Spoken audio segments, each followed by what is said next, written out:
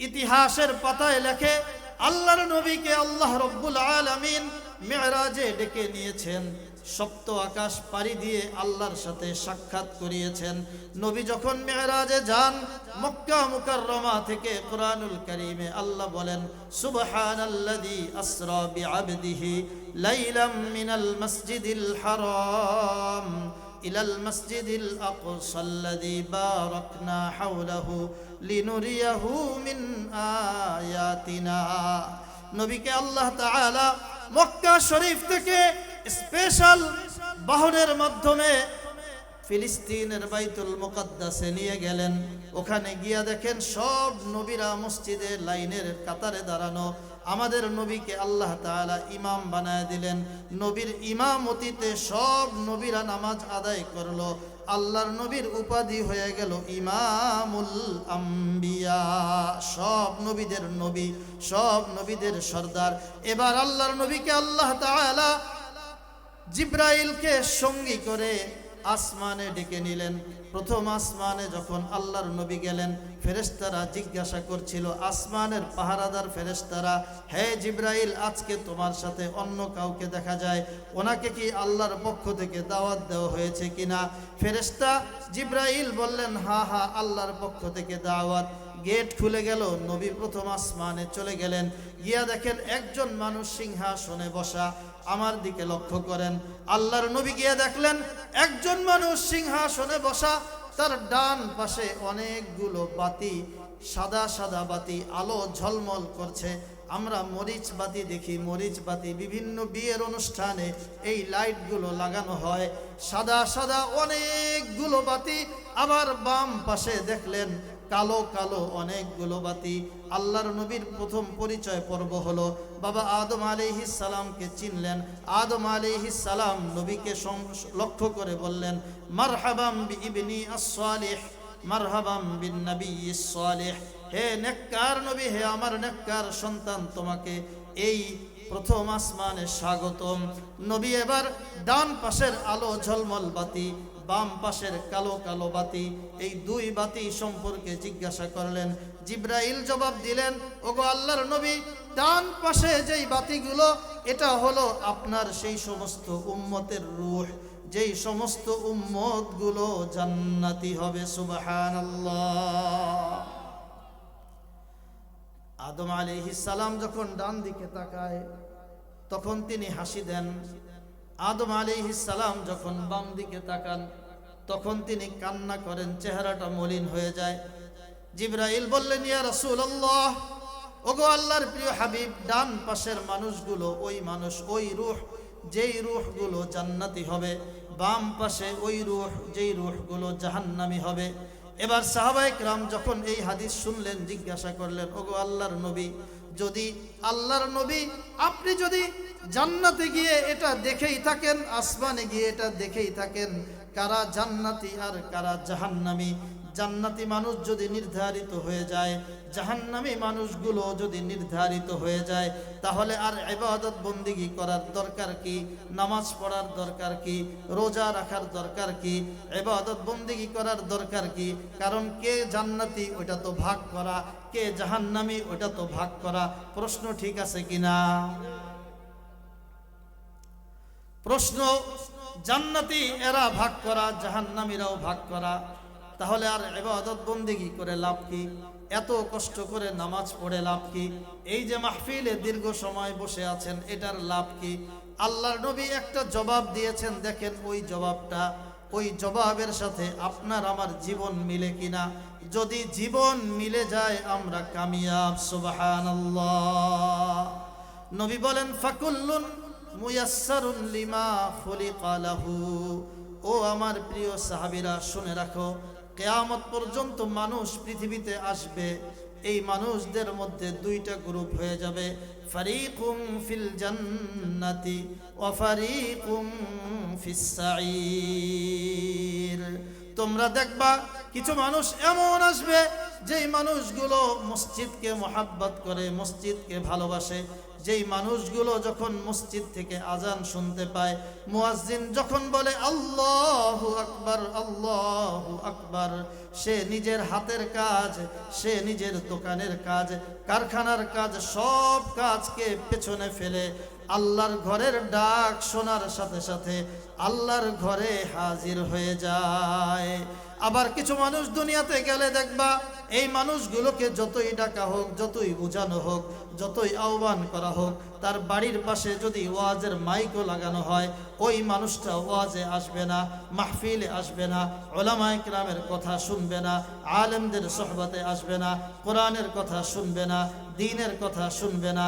এই মানুষগুলো দুনিয়াতে তোমরা দেখতে পাবা। এই দুই মানুষের কাজ দেখেই বোঝা যাবে যাদের জীবনে জান্নাতে যাওয়ার মতো কাজ করা সহজ হয়, যারা নামাজে আসে, যারা মাহফিলে আসে, যারা আলেমদের সোহবতে আসে, যারা দাওয়াত ও তাবলীগের মেহনত করে, যারা হক্কানি পীর মাশায়েখের সবক আদায় করে, এই মানুষগুলোই জান্নাতি মানুষ।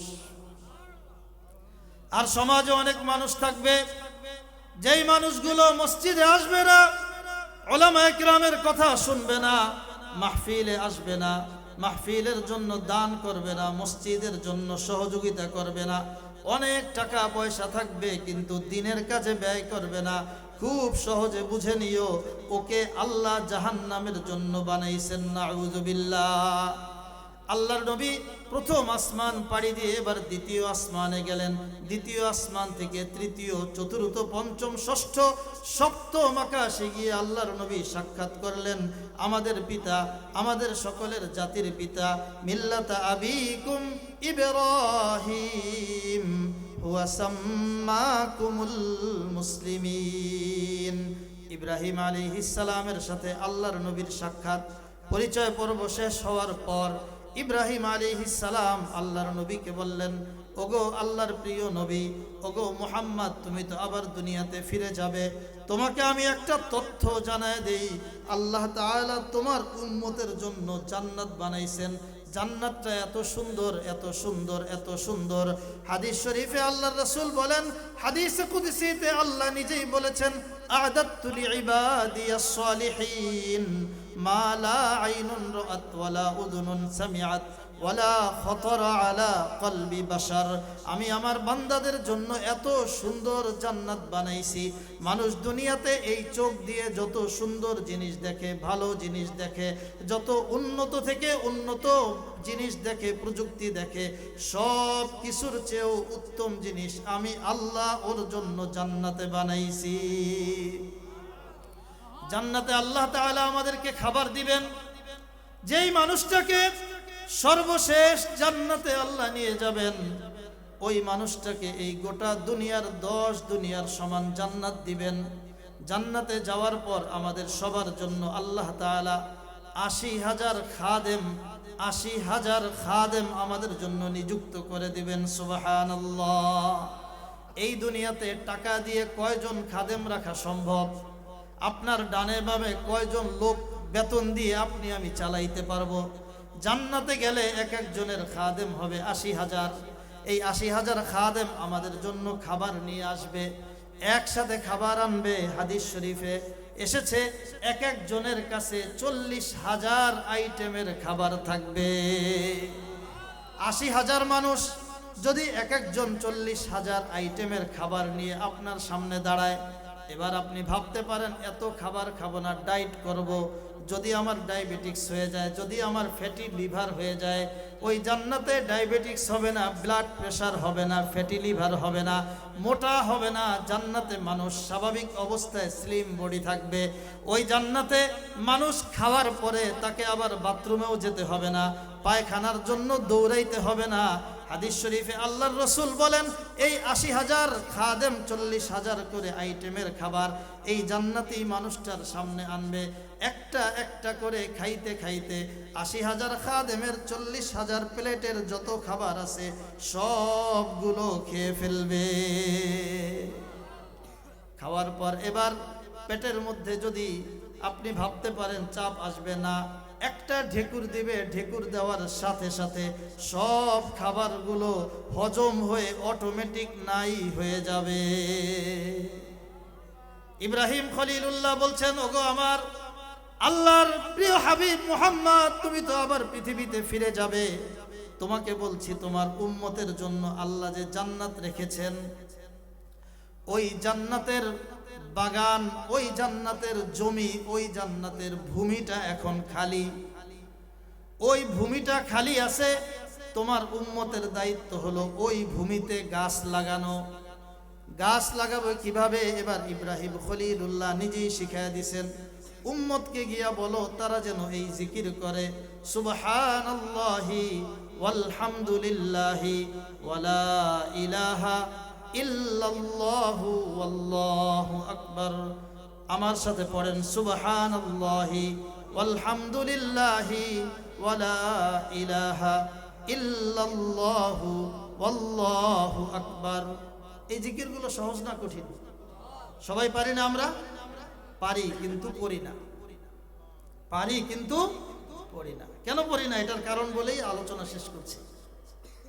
আল্লাহর নবীকে ইব্রাহিম খলিলুল্লাহ বলে দিলেন, তোমার উম্মতকে গিয়ে শিখাও এই জিকিরগুলো। আপনি আমি কখন পারবো এটা নির্ভর করে আপনি আমি শয়তানের ইশারায় চলি না, আল্লাহর হুকুমে চলি।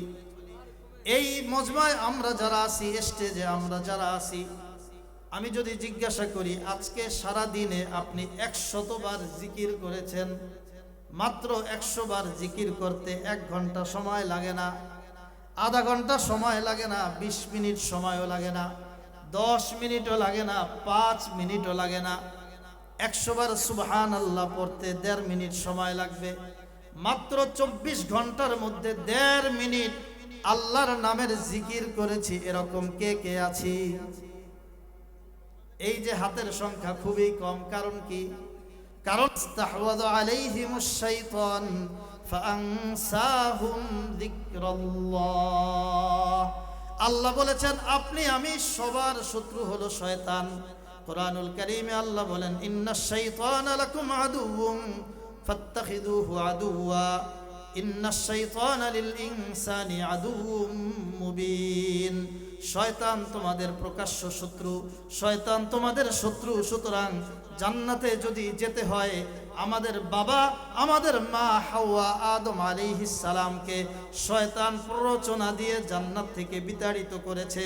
ওই শয়তানকে পরাজিত করে আল্লাহর জান্নাতে আমাদেরকে যেতে হবে। শয়তান আপনাকে ধোঁকা দেয়, শয়তান আমাকে ধোঁকা দেয়। ধোঁকা কিভাবে দেয়? কোরআন বলছে ফাআনসাহুম যিকরাল্লাহ। শয়তানের ধোঁকার অস্ত্র হলো আল্লাহর জিকির করাকে ভুলিয়ে দেয়। এজন্য মানুষ 24 ঘন্টা সময় পায়, 10 ঘন্টা, 2 ঘন্টা, 3 ঘন্টা, 4 ঘন্টা মোবাইল টিপে, টিভি দেখে, গল্প করে, আড্ডা মারে, কিন্তু জিকির করে না। কথা ঠিক না বেঠিক? এজন্য যদি জান্নাতে যেতে হয়, ইব্রাহিম খলিলুল্লাহ বলছেন গাছ লাগাইতে হবে। গাছ হবে জিকিরের মাধ্যমে। শয়তানকে পরাজিত করেই জান্নাতে যেতে হবে। শয়তান বিতাড়িত হবে জিকিরের মাধ্যমে। এজন্য জিকির করতে রাজি আছি তো ইনশাআল্লাহ? কে কে রাজি ইনশাআল্লাহ? আল্লাহ তাআলা আমাদেরকে বেশি বেশি জিকির করার তৌফিক দান করুন। হাদিস শরীফে আল্লাহ রাসূল বলছেন, আমরা যদি জিকির করতে পারি তো কিয়ামতের দিন হাসতে হাসতে আল্লাহর জান্নাতে চলে যাব। এজন্য জান্নাতে যেতে রাজি আছি তো ইনশাআল্লাহ? আল্লাহ তাআলা আমাদেরকে তৌফিক দান করুন। আর জান্নাতে যাওয়ার জন্য সংযোগ কায়েম করতে হবে আল্লাহর সাথে। সেই সংযোগের বিদ্যুতের লাইন পাইতে হলে ট্রান্সমিটারের সাথে সংযোগ লাগাইতে হয়। জান্নাতের সেই সংযোগের জায়গা হলো মসজিদ। জায়গা কোনটা? 5 ওয়াক্ত মসজিদে আসবো আমরা ইনশাআল্লাহ। কে কে আসবো ইনশাআল্লাহ? আল্লাহ তাআলা আমাদেরকে তৌফিক দান করুন।